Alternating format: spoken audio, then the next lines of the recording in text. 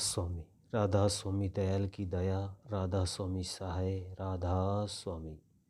प्यारे सत्संगी भाइयों बहनों, हजूर महाराज जी ने संगत पर अपार दया करते हुए अपने सत्संगों से चयनित इन साखियों का संकलन पुस्तक के रूप में तैयार करवाया है। आशा है कि अध्यात्म प्रेमी इसे पढ़कर सुनकर लाभान्वित होंगे। सुनिए किस तरह फरमाते हैं। एक बार एक राजा जंगल में शिकार खेलने गया। शिकार करते करते हुए जंगल में काफ़ी दूर निकल गया और रास्ता भटक गया।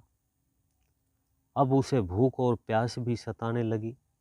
भूख प्यास से व्याकुल होकर राजा ने इधर उधर नज़र दौड़ाई तो उसे कहीं दूर धुआं उठता हुआ दिखाई दिया। धुएं को देखकर राजा ने सोचा कि वहाँ अवश्य ही कोई इंसान रहता होगा, अतः वहाँ मेरी प्यास की तृप्ति हो सकती है। ऐसा सोचकर वह उस दिशा में चल दिया। आगे जाकर राजा ने देखा कि एक महात्मा बैठा हुआ है। राजा ने महात्मा को प्रणाम किया और कहने लगा कि महात्मा जी, मैं जंगल में भटक गया हूँ और मुझे भूख और प्यास भी लगी है, आप मेरी सहायता कीजिए।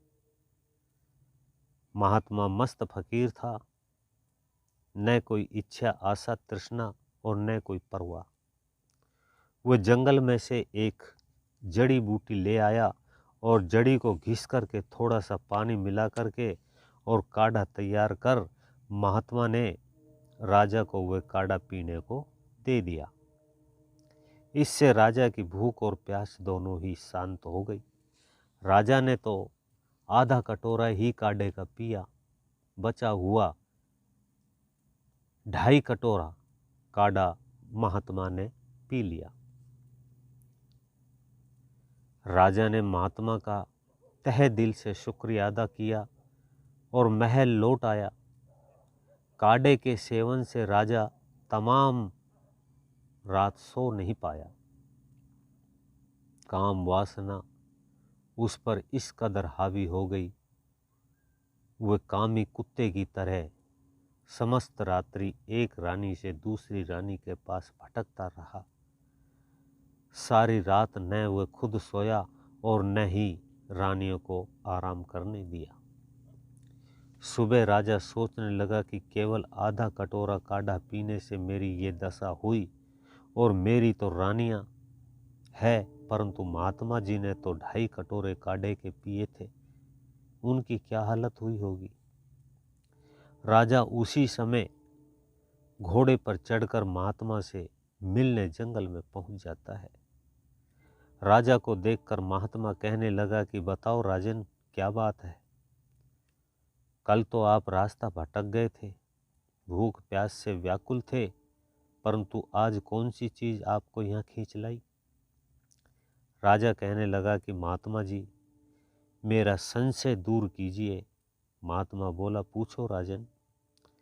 राजा कहने लगा कि कल आपका दिया हुआ काढ़ा पीने से मेरे विचार इतने मलिन हुए कि काम के वश होकर के मैं सारी रात सोया नहीं।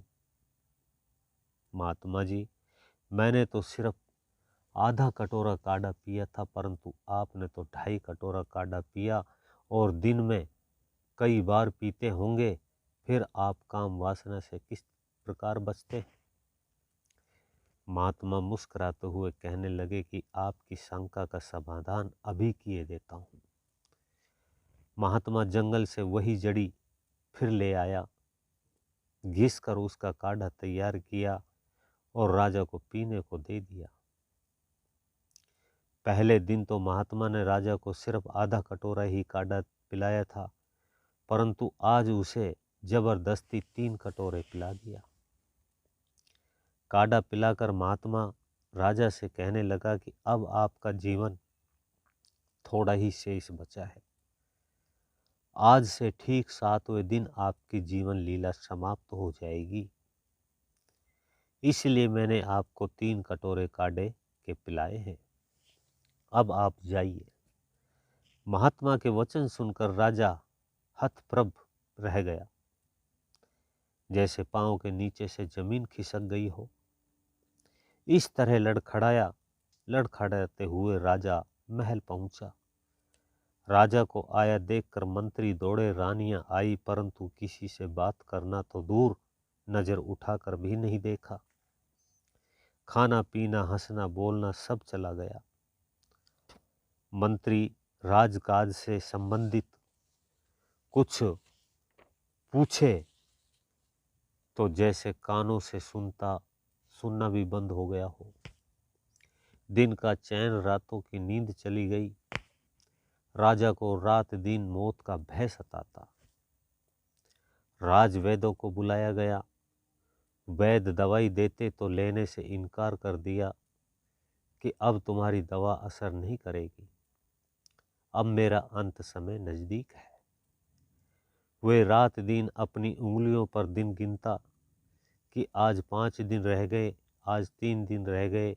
इस प्रकार 7 दिन में राजा की हालत ऐसी हो गई जैसे 7 साल से बीमार है।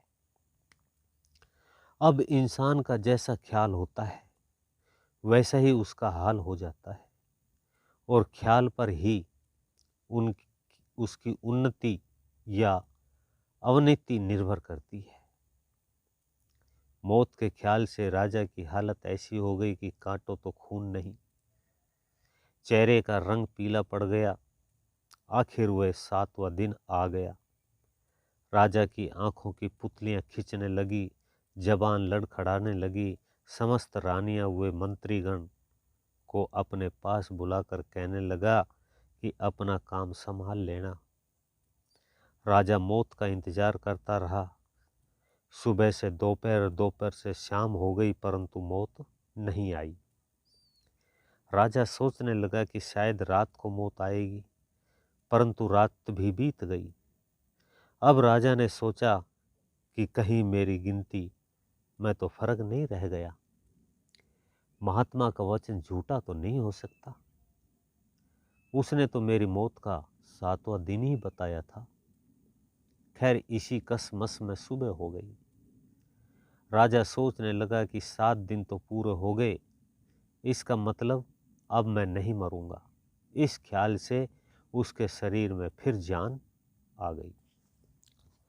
राजा ने तुरंत घोड़ा मंगाया और महात्मा के पास पहुंच गया। राजा कहने लगा कि महात्मा जी, आप तो कहते थे कि 7वें दिन मेरी मौत हो जाएगी, परंतु आज तो 8वां दिन है और मैं तो जिंदा हूं। आपका वचन तो झूठा निकला। महात्मा कहने लगा कि महात्माओं को परमात्मा और प्रभु भक्ति के सिवाय कोई सरोकार नहीं होता। झूठ तो वे लोग बोलते हैं जिनका कोई स्वार्थ होता है। भला बताइए राजन, मेरा आपसे क्या स्वार्थ है जो मैं आपसे झूठ बोलता? ये सब तो मैंने आपको चेताने, आपके सवाल का जवाब के लिए किया।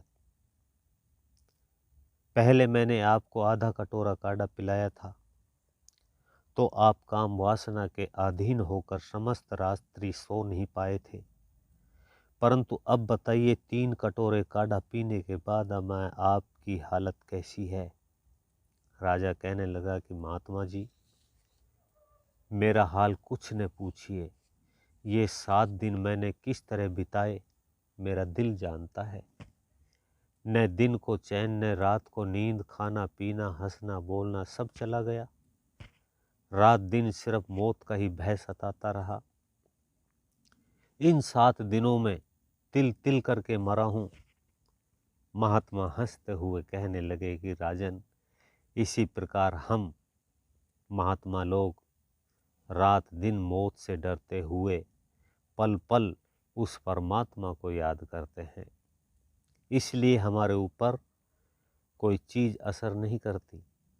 राजन, तुम गाफिल थे, इसलिए थोड़े काढ़े के रस ने तेरे मन को इस कदर विचलित कर दिया कि तुम तमाम रात सो नहीं पाए, परंतु मौत के भय से तुम्हारी तमाम आशा, तृष्णा और काम वासना को दूर भगा दिया। संत महात्मा 2 चीज़ों को कभी नहीं भूलते, एक परमात्मा को और दूसरी मौत को। अगर इंसान अपना कल्याण चाहता है, अपनी जीवन को सार्थक करना चाहता है, तो उसे ये दो बातें हर पल याद रखनी चाहिए, क्योंकि जो मौत को याद रखता है वो गाफिल नहीं होता। जो गाफिल नहीं होगा उसमें किसी प्रकार का अहंकार नहीं होगा, वे काल, माया और यम के हाथों मार भी नहीं खाएगा। राधा स्वामी। अभी आप सुन रहे थे परम संत सतगुरु कंवर साहिब महाराज जी का ये सत्संग। ऐसे ही और सुनने के लिए वीडियो को लाइक करें, चैनल को सब्सक्राइब करें, ज़्यादा से ज़्यादा शेयर करें। सभी सत्संगी भाइयों बहनों को राधा स्वामी जी।